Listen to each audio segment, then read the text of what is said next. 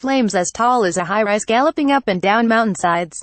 Coastal communities shrouded in smoke. Armies of firefighters on the defensive with little hope of corralling a wildfire that refuses to quit.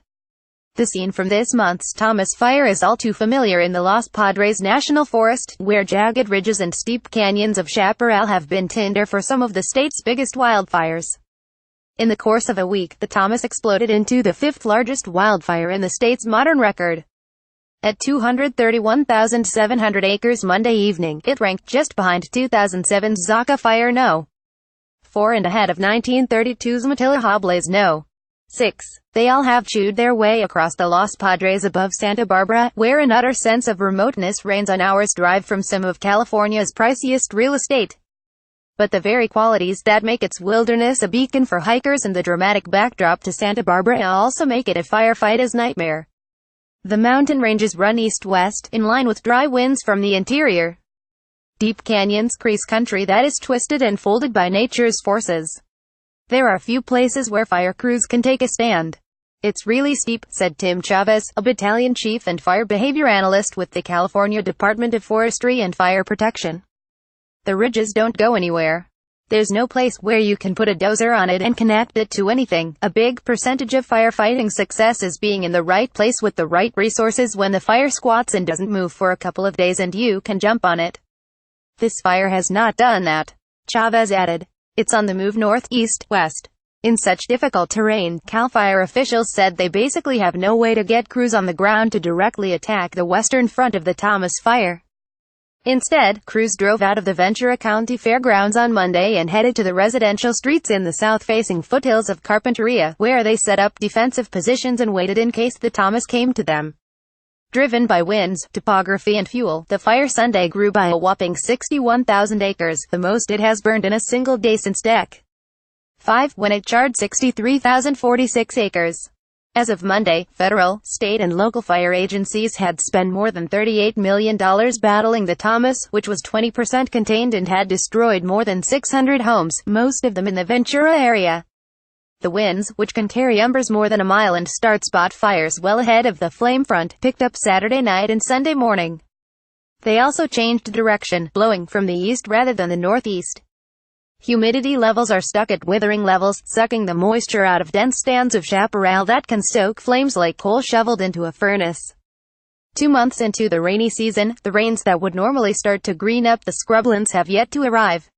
The moisture level of live plants hit minimum in October and stayed there, said Forest Service meteorologist Tom Rolinski. He expects that the winds in Ventura County and eastern Santa Barbara County will continue to blow for several more days. And though humidity levels are expected to rise at the end of the week, it won't be by much. Unless you believe in miracles, I don't see the fire slowing down until we get some moisture air, Chavez said. The most hope is that maybe by the 20th we have some weather coming. And that's a long ways off. The flames have not at the edges of the Sespe and Matilija wilderness areas and the Sespe Condor Sanctuary. But as of Monday morning had not made much headway into those remote areas, said Andrew Madsen, a Los Padres Forest public affairs officer. Air tankers laid retardant lines and cleared old fuel breaks to keep the blaze out of the Condor Sanctuary and away from a nest with a fledgling chick. Stopping a wildfire in these lands is not easy. The Zaca started July 4, 2007, when ranch hands were fixing a water pipe on private land, sending sparks into the brush. It took 2 months to contain the 240,000-acre blaze, and pockets continued to burn until November. But while the Zaca had a couple of explosive days, its growth was much slower than the Thomas because winds were not much of a factor. Winds did drive the Matilija, which raged through the backcountry north of where the Thomas is now burning. High wind carries embers across Sespe, declared the headline of a Los Angeles Times story that described a 100-mile fire front.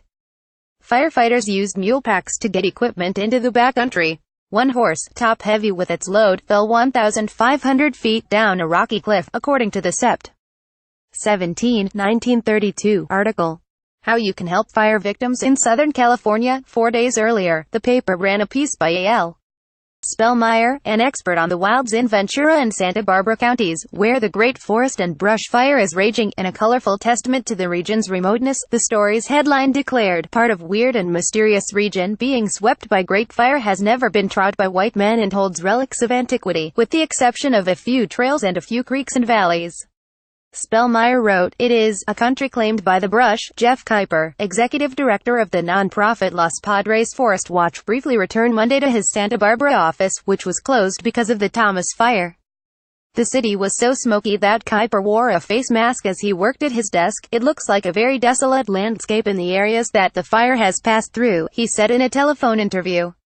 "But the whole ecosystem is already at work in terms of resprouting and regenerating and pulling together the energy it needs for the new shoots." A decade after the Zaka fire, he added, "The fire-adapted chaparral has rebounded to the extent that in some areas, you wouldn't know a fire had burned there." Caption Times staff writer Joseph Serna contributed to this report. Patina.boxall@lawtimes.com, Twitter @boxayasoth Inferno. That what how the Thomas Fire became a monster.